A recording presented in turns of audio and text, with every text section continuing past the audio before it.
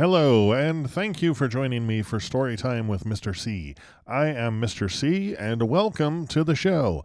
Check out my previous episodes for some autobiographical stories, as well as some spooky stories, if that's more your style. Once again, I'm going to cut to the chase here, folks. As promised on my previous episode that just dropped earlier today, in an effort to get caught up, here is my very next episode. Some quick thank yous to my buddy Russ for helping me with my intro music. Go check out Russ's band Drive By High Five right here in Tucson, Arizona, if you can hunt them down. Also, go check out my buddy Ben and the whole Whimsy clan at their podcast, Chasing the Whimsy. The link for Chasing the Whimsy is down in the description. All right, folks, enough babbling. Here we go with episode 22.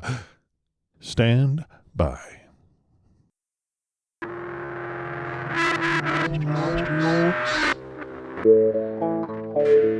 Storytime with Mr. C.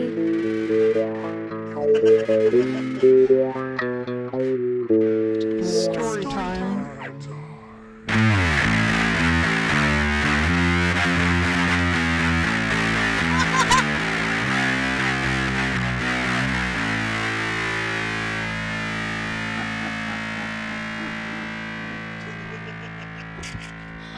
Thank you once again for joining me for this episode of Storytime with Mr. C.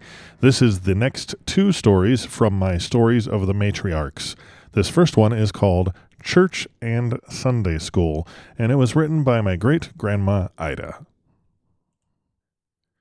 Many years ago, when I was a small child, folks did not attend church and Sunday school regularly. However, we went sometimes, and Grace and I just dearly loved to go. We always went to Cumberland to the Methodist Episcopal Church. Most of the time it was a drive of 2.5 miles. We enjoyed the ride and the feeling of getting to go somewhere. When I was 10 years old, the great evangelist Billy Sunday came to town for a 3-week revival.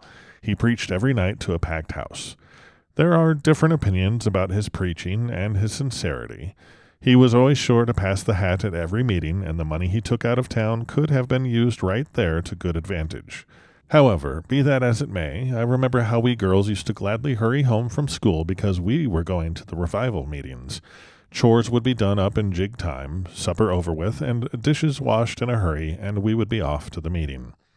The 3 churches in town would all have their best singers all up in front on the platform. Special hymn books were sold. Mr. Sunday had a song leader with him, and how those crowds would sing. Then Mr. Sunday would preach. He was a spectacular sort of speaker.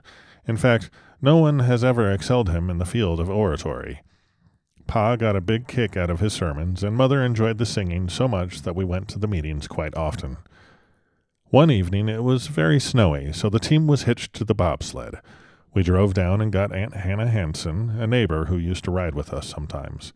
The snow was deep and the track not too good, and the sled finally tipped over. No one was hurt, just dumped out in the snowbank. We had a lot of fun going to those meetings. But oh, how I hated to get home and have to crawl out from under the warm blankets in the sled. I was always so sleepy and just too lazy and tired to want to go to bed in those cold bedrooms. I used to wish we would never get home, so I could just keep right on sleeping and not have to undress and go to bed. After those meetings, the folks joined the Methodist Church in Cumberland, and they remained members until their death. In fact, both of their funerals were held in the Methodist Church where they had been members for such a long time. We used to go to church, and sometimes early enough to go to Sunday school. I was a bashful sort of little girl and did not know the town girls who went there to Sunday school, so I did not get much out of it when we did go. After we moved to Uncle Henry's farm, we went to the Pine Grove Church and Sunday school, and I liked it so much better. It was a country church, and all the farm families went there. Some of them were our cousins with whom we used to ride to church occasionally. Sometimes Grace and I walked. How lovely it was on sunny Sundays in summer. I can close my eyes now and smell the sweet scent of the clover fields near the church that drifted through the open windows on the warm summer breeze. I can smell the scent of new-mown hay and hear the drone of the preacher, the drowsy hum of the bees, and the faint song of the birds in the trees around the church, especially the call of the meadowlarks and the hayfields nearby. How peaceful it all seems now. I think sometimes that I would give a great deal to be that little girl again, sitting in the Pine Grove Church in 1906. However, When our thoughts turn backward through the years, we remember mostly the pleasant things. No doubt there were the usual vexations of childhood, but we don't remember them later in life. I think this forgetfulness is one of the greatest boons given to mankind. If we remembered forever all the little sorrows and vexations in life, how unhappy we would all be. It is well we can forget. On Christmas Eve and on Children's Day, the second Sunday in June, we used to have programs of speaking and singing. How hard we used to practice for those programs. I remember so well one Children's Day program we had a sort of spring flower affair. Small boys in blue cambric suits sang in their piping voices about Johnny, Johnny, jump up. A group of little girls with daisy chains sang a daisy song. One young lady dressed in white with roses in her hair and a big bunch of them pinned to her dress sang a rose song. Another girl sang a song about the heartsease, pansy.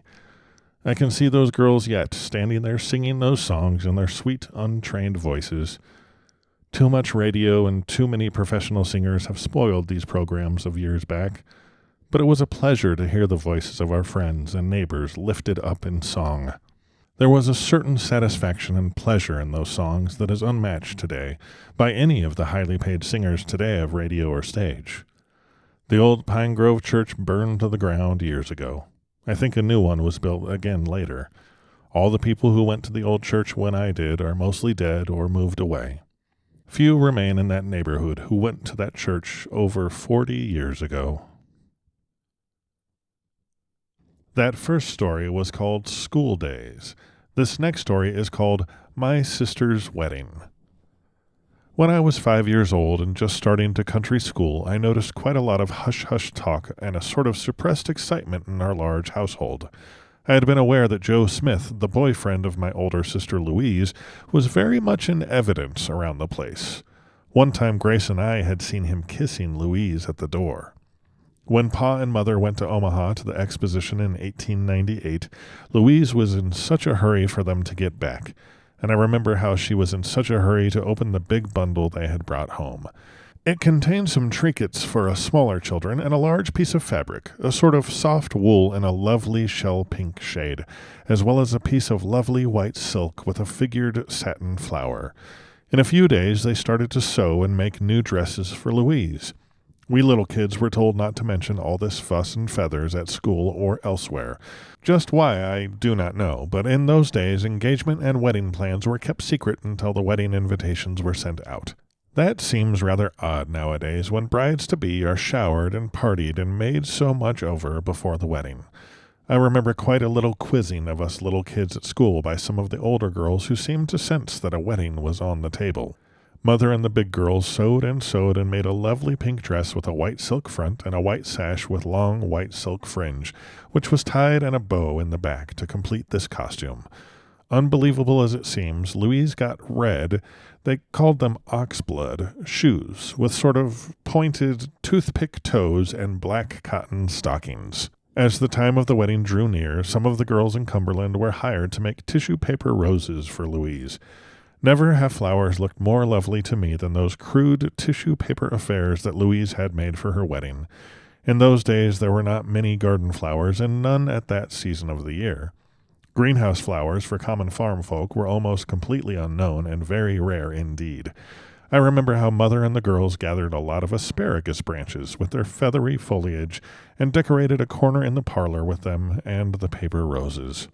Someone brought Louise a geranium blossom from one of their houseplants for her wedding corsage. The wedding was an evening affair around 6 p.m. Late in the afternoon the crowd began to assemble. All of the relatives, Uncle Henry's family, all the cousins and their families, my 2 married sisters, Joe's mother and stepfather, his brothers, and a sister and her family, and quite a few other friends and neighbors had been invited to this wedding. The minister, as I recall, was sort of a short, stocky, black-haired man. After the wedding ceremony, all walked up and greeted the happy pair. I had been coached for weeks by my sisters just what to say and do.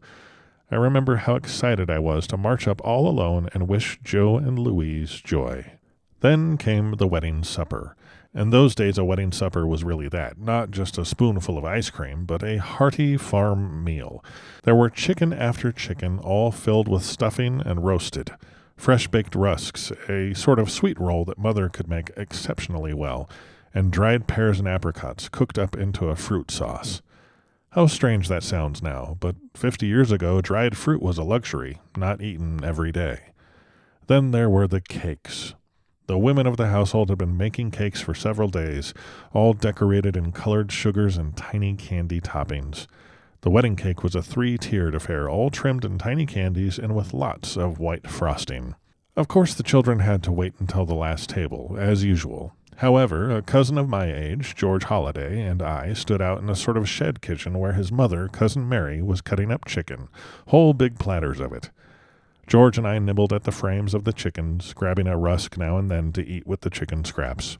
At long last, Mother called us to come to the table. Georgie said, "I've had my supper," and simply refused to sit up to the table. I remembered how anxious I had been to taste some of those decorated cakes, so I sat up at the table, took a piece of cake and laid it down beside my plate, laid my head on the table beside it, and that was the last I knew, for I was sound asleep. What a good time we had the next day looking at all the wedding presents. If I remember right, they got 3 round glass cake stands, linen tablecloths by the yard, not hemmed up, a nice rocking chair, glass fruit dishes, a comb case, and I don't remember what all. Louise got a nice black dress with black jet bead trimming from Aunt Louise, for whom she was named. This is really all I remember of that wedding 50 years ago. Thank you so much for joining me for this 22nd episode of Storytime with Mr. C. Those were the 7th and 8th stories from my stories of the Matriarchs, called Church and Sunday School and My Sister's Wedding, both of which were written by my great-grandma Ida back in 1949. Next week, on December 7th, we will continue with the stories of the Matriarchs, and I will share what I believe are the final 2 stories from my great-grandma Ida. And hopefully we'll get this whole thing back on track. In the meantime, go find Drive-By High Five and go check out Ben's podcast, Chasing the Whimsy. I hope you all had a fabulous Thanksgiving, and I hope the holiday season is treating you well thus far. Thanks again for hanging out and listening to my stories. Hope you come on back for the next one. Until then, take care, and as you dodge all of the insane holiday traffic out there and all the overly enthusiastic holiday shoppers, above all else, please be safe.